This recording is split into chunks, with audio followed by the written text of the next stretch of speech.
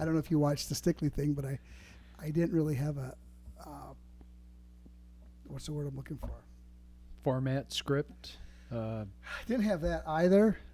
Introduction, a very good introduction for him, so I kind of added it after the fact. And I had one, and we got it cut out, whatever.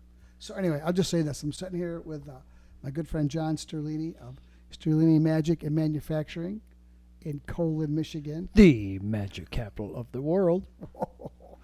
That turned the gain down. And Yes, I'm the owner of Sterlini Magic and Theater in beautiful downtown Colon, Michigan, the magic capital of the world. I've been a magician my whole life, started when I was 4. And why am I here in Colon, Michigan? Because it is the magic capital, and where else would you want to go to?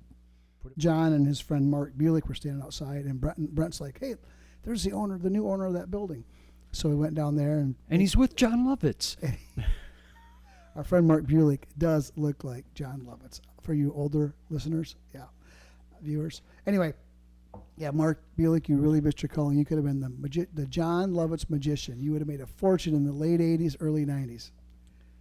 Missed it.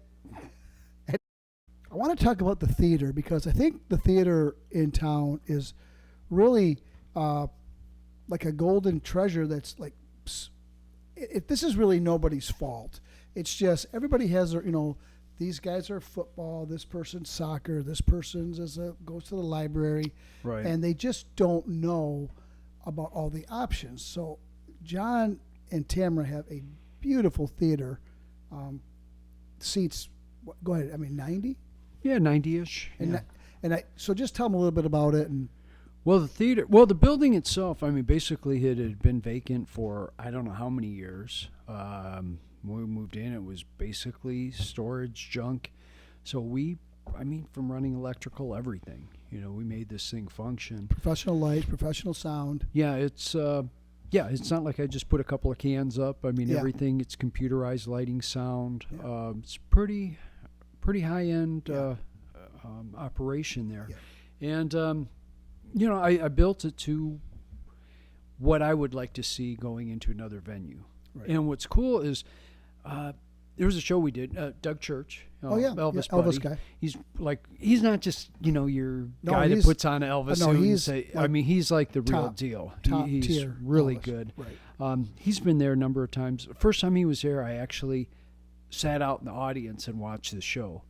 And that was so cool to sit there because I'm always backstage, on stage performing. Just watch the reaction. And it was cool to see lighting and sound and hear it and experience it. I like to try to think that we're giving them a Vegas experience in a small, intimate venue. And, something that you just would walk in and go, wow, I never expected that. And even our show, we do, 3, 4, 5, 6 illusions. We try to bring in, do a pretty good-sized show, and it's pretty awesome, yeah. That's awesome. But aside from that, you got to be the top 3. He is, as honestly, I've seen it. You call that cardistry where they flutter. Yeah, that's amazing. That's incredible. But no, John's act is, it's a stellar act. So if you get a chance to see it, you really should. There was a magic college that was here. There's actually 2 of them. One in Pasadena, which is still in existence, and then there was one here. It was Neil Foster, and what was cool is I remember as a kid seeing the talent contest during Magic Week here, and the guys that won were the guys doing the card productions and all the elegant, they're in a tuxedo. And that was always a magic that fascinated me because you knew it wasn't just tricks and stuff that you bought, it was skill. And it's amazing to be able to watch someone just reach up in there and produce a fan of cards. And, so you see these guys and, I found out that most of the magicians at Place were students of Neil's. And I said, God, I want to learn that. And found out about the school and so on. And after I got out of high school, was going to college, and then I found he had an opening for one semester or one session, and applied and came here and took the class. And that's how I met Mark, and that was in '84. Mark and John, 30 years, however many years, 40 years later, of where they actually met. That was, and then so then she sold it to another friend of ours who is also a hobbyist magician, and he currently owns that house. It's crazy. That's very cool. It's very cool, and he actually has it decked out pretty nice. He's got some mementos to Neil, and And eventually want to finish the basement. Not exactly how Neil had it, but kind of close. Because he had stage and mirrors and so on.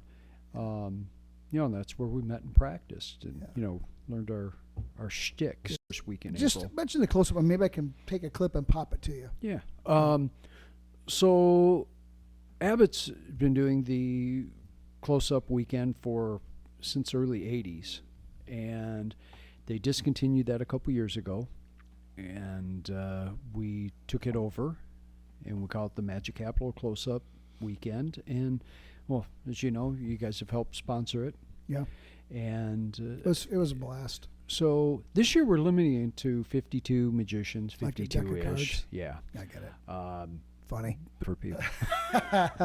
All right, John. This is John Sterlini of Sterlini Magic and Manufacturing. A very good friend of mine. Thank you for your time. Peace out. Peace out.